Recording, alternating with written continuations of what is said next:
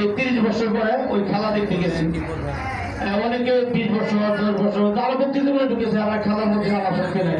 এই যে প্রভুপদের নির্দেশ এটা কেন? কারণ এই খেলার মধ্যে গেলে একটা আমাদের একটা নেশা মতো হয়ে যাবে, যেমন কে জিতছে কে হারছে এটা দেখে বিতর্কিত হয়। এটা মোটামুটি হয়েছে, তারপর এটা সুন্দরভাবে আবার সলিউশন হয়েছে গঙ্গা স্নান করে।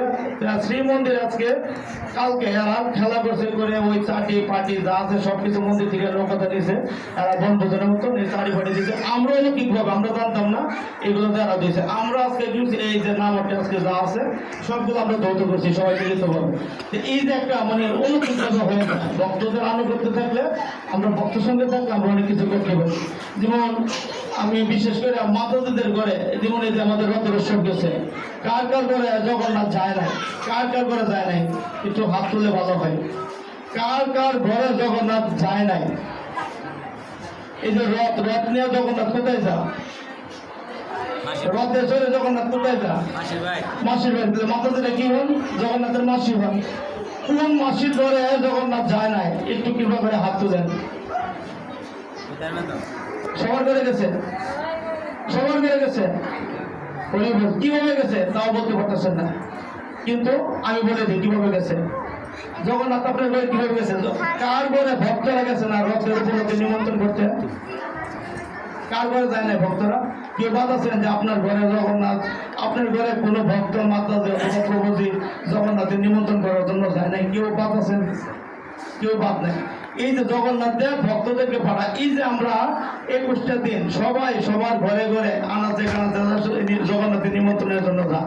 তাহলে আপনারা যে দ্রব্যটা দেন, অর্থ দেন, ফল দেন, যাই দেন, এই দ্রব্যটা কি জগন্নাথ গ্রহণ করে? তাহলে আপনারা এই জগন্নাথ কি করলো? মাসির বাড়ির দ্রব্য জগন্নাথ গ্রহণ করলো কিনা?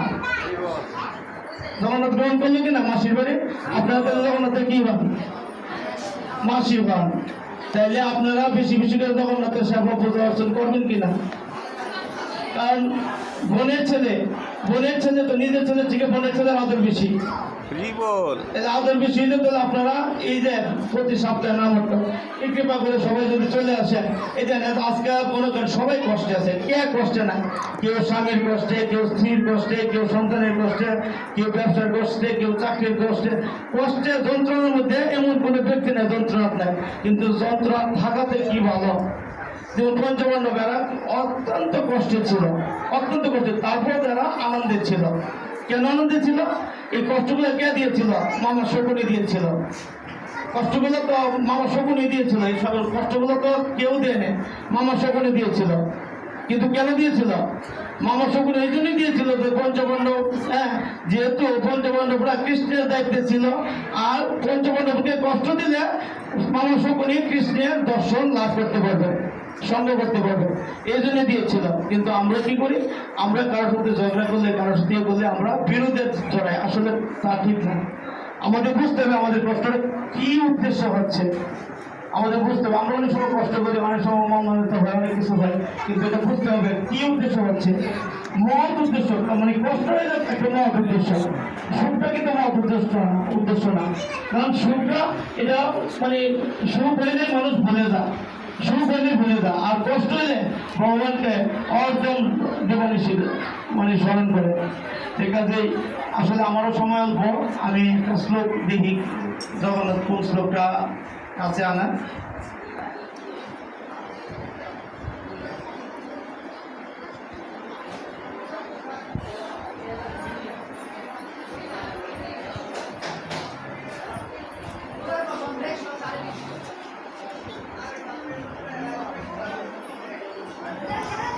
আমরা এখন শ্রীমদ ভগবদ্গীতা জগৎ থেকে কর্মযুগ থেকে আমি 31 নম্বর শ্লোক, পৃষ্ঠা 212, তৃতীয় অধ্যায়ে। যে মে মতময়িদম, সবাই আমরা একসাথে উচ্চারণ করি। যে মে মতময়িদম নিত্যম অনুষ্ঠিতি মানবা শ্রদ্ধাবন্ত অনুস্বয়ম্ব মুচ্যতে দেবী কর্মদ্বি দেবপি কর্মভি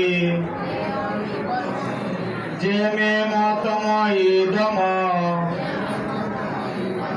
নিত্যম অনুতিষ্ঠিত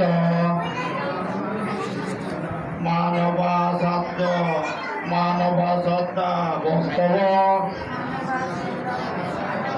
অনুসয়ন্তমুচ্যন্তে তে অপি কর্মভি যে যারা মে আমার মতম নির্দেশাবলী ইদম এই নিত্য কর্ম অনুতিষ্ঠিত নিয়মিত ভাবে অনুষ্ঠান করে মানবা মানুষেরা শ্রদ্ধাযুক্ত ভাবে অনুসয়নব মাৎসর্য রহিত মুচ্যন্তে মুক্ত হন তে তারা সকলে অপি এমনকি কর্মের বন্ধন থেকে গীতার গান আমার মত কার্য অনুষ্ঠান করি সর্বকর্ম করে শুদ্ধ বোধিতে শ্রীহরি শ্রদ্ধাবান মূঢ় ভক্ত অসূয়াবিহীনী কর্মফল মুক্ত হয় ভক্তিতে বিলীন। অনুবাদ আমরা একসাথে বলতে পারি। আমার নির্দেশ অনুসারে যে সমস্ত মানুষ তাদের কর্ম